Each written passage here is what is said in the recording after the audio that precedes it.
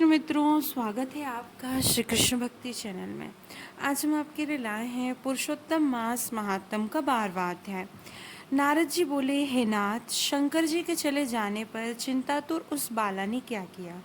सेवा, धर्म और सिद्धि के लिए मुझ दीन की सुनने की इच्छा है, सो कहो।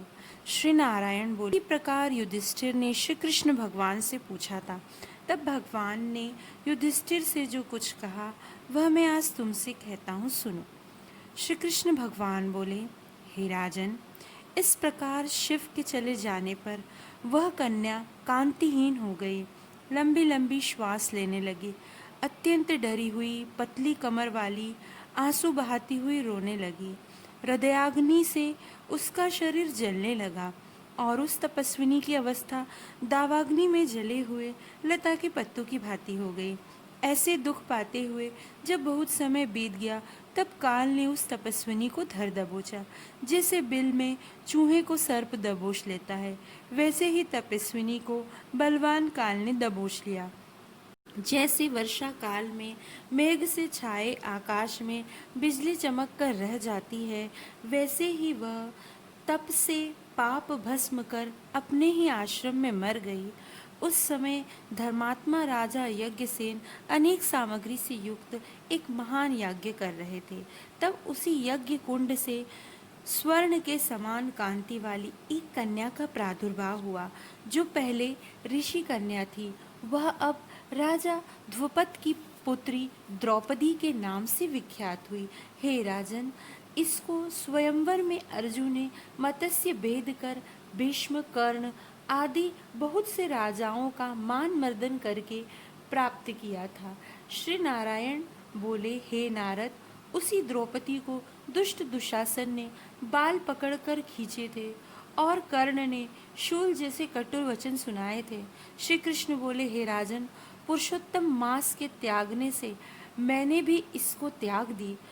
जब अत्यंत स्नेह के साथ मेरा नाम ले लेकर यह बार बार चिल्लाई कि हे दामोदर, हे दया सिंधु, हे कृष्ण, हे जगतपते, हे नाथ, हे रमानाथ, हे केशव, हे क्लेश नाशन, मेरे माता पिता भाई बंधु सखी सखा भांजा बहन इष्ट मित्र पति आदि कोई भी नहीं है।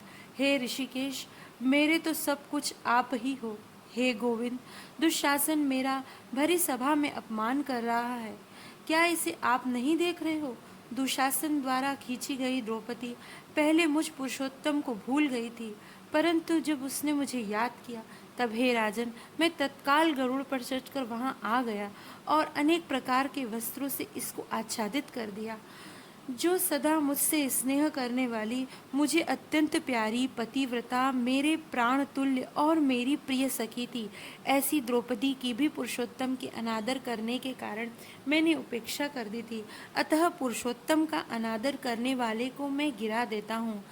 सब प्रकार से यह पुरुषोत्तम मास मनुष्यों, मुनियों तथा देवताओं को भी मान्य है और मन इच्छित फल देने वाला है। इससे अब आने वाली पुरुषोत्तम मास की आराधना करो, ताकि 14 वर्ष पूरे होने पर तुम्हारा अवश्य कल्याण होगा। हे पांडुपुत्र, राजसभा में जिन जिन ने भी द्रौपदी के केशों को खींचते हुए देखा है, मैं उनकी स्त्रियों के बालों को क्रोध से उखाड़ दूंगा और दुर्योधनादि आदि राजाओं को यमलोक पहुंचाकर सब शत्रुओं का नाश करके तुम्हें सम्राट बना दूंगा। हे राजन, मुझे लक्ष्मी जी, बलदेव जी, माता देवकी, सात्विकी, प्रद्युम्न आदि कोई भी इतना प्रिय नहीं है जितना मुझको मेरे भक्त प्रिय हैं। जिसने मेरे भक्त को सताया है, मैं उसे सदा पीड़ित करता हूँ। हे पांडुपुत्र, मेरा उसके समान कोई शत्रु नहीं है, मैं उसकी ओर देखता भी नहीं हूँ। उसको यमराज ही दंड देने के अधिकारी हैं। श्री नारायण बोले, इस प्रकार भगवान श्री कृष्ण द्रौपदी और पांचों पांडवों को समझाकर द्वारिकापुरी जाने की इच्छा से बोले, हे राजन, अब मैं अपने विरह में विकल द्वारिकापुरी को जा रहा हूँ, जहाँ महाभाग वसुदेव जी, बड़े भाई बलदेव जी, माता देवकी, गद, साम आदि, आहुक, उग्रसेन आदि यादव लोग रुक्मणी आदि मेरी पत्नियां, ये सब मेरे आने की प्रतीक्षा में टकटकी लगाकर मेरे दर्शन की उत्कंठा में मेरे चिंतन में लगे हुए हैं। श्री नारायण बोले। श्री कृष्ण भगवान के ऐसा कहने पर और उनके जाने के अभिप्राय को समझकर पांचों पांडुपुत्र गदगद कंठ से बोले, हे जनार्दन, जैसे जलचर प्राणियों का जल ही जीवन है, वैसे हमारे भी जीवन आप ही हो। आप जा रहे हो, जाइए, परंतु थोड़े ही दिनों में हमको दर्शन दीजिए, क्योंकि सब लोग यह कहते हैं कि पांडवों के नाथ श्री कृष्ण हैं, त्रिलोकी में और कोई नहीं। अतः हमारी आप सदा रक्षा करो और करते रहो। हे जगदीश्वर, भले बुरे के ही हैं, हमें भूल मत जाना। हमारे चित्त रूपी भ्रमरों का जीवन आपके पद रूपी कमलों के अधीन है। आप ही हमारे जीवन के आधार हो।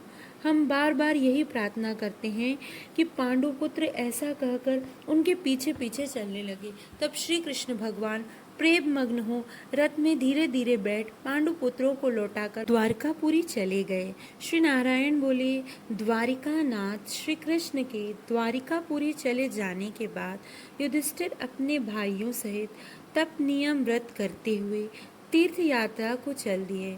हे नारद जी, भगवान के प्रिय पुरुषोत्तम मास में मन लगाकर और श्री कृष्ण का वचन स्मरण कर द्रौपदी और छोटे भाइयों से युधिष्ठिर जो बोले, आहा, हमने पुरुषोत्तम मास का कितना उच्च महात्म्य सुना है। इसके बिना आराधना के मनुष्य कैसे सुखी रह सकता है। इस लोक में वही पूज्य, धन और श्रेष्ठ है जो अनेक प्रकार के नियमों से पुरुषोत्तम की पूजा करे। इस प्रकार तीर्थ यात्रा करते हुए पुरुषोत्तम मास आ गया। सबने विधि अनुसार नियम धारण किया। हे मुने, 14 वर्ष भी पूरे हो गए। तब श्री कृष्ण भगवान की कृपा से उन्होंने भारत वर्ष का निष्कंटक राज्य प्राप्त किया। पहले सूर्यवंशी राजा दृष्टवा पुरुषोत्तम के ही सेवन से महालक्ष्मी पाकर पुत्र पौत्र का सुख तथा अनेक प्रकार के भोगों को भोग कर अंत में श्री हरिलोक को गए। हे मुनि, सप्तम मैं पुरुषोत्तम मास का अतुल महात्म करोड़ों कल्पों में भी कहने में समर्थ नहीं हूँ। सूत जी बोले, हे विप्रो, यद्यपि मैंने पुरुषोत्तम का महात्म वेदव्यास जी से सुना तो भी कहने में असमर्थ हूँ। संपूर्ण महात्मा को या तो आप नारायण ही जानते हैं या साक्षात वैकुंठवासी हरि जानते हैं। सब ब्रह्मादि देवता गोलोकनाथ श्री कृष्ण के सिंहासन को नमस्कार करते हैं। स्वयं पूजने वाले देवता भी पुरुषोत्तम मास का महात्मा नहीं जानते, फिर मनुष्य कैसे जान सकता है। श्री पुरुषोत्तम मास महात्म 12वां अध्याय संपूर्ण। ओम नमो भगवती वासुदेवाय। यदि आपको मेरा ये वीडियो पसंद आया हो तो इसे लाइक कीजिए, कमेंट कीजिए, शेयर कीजिए और मेरा ये चैनल सब्सक्राइब कीजिए। जय श्री कृष्ण।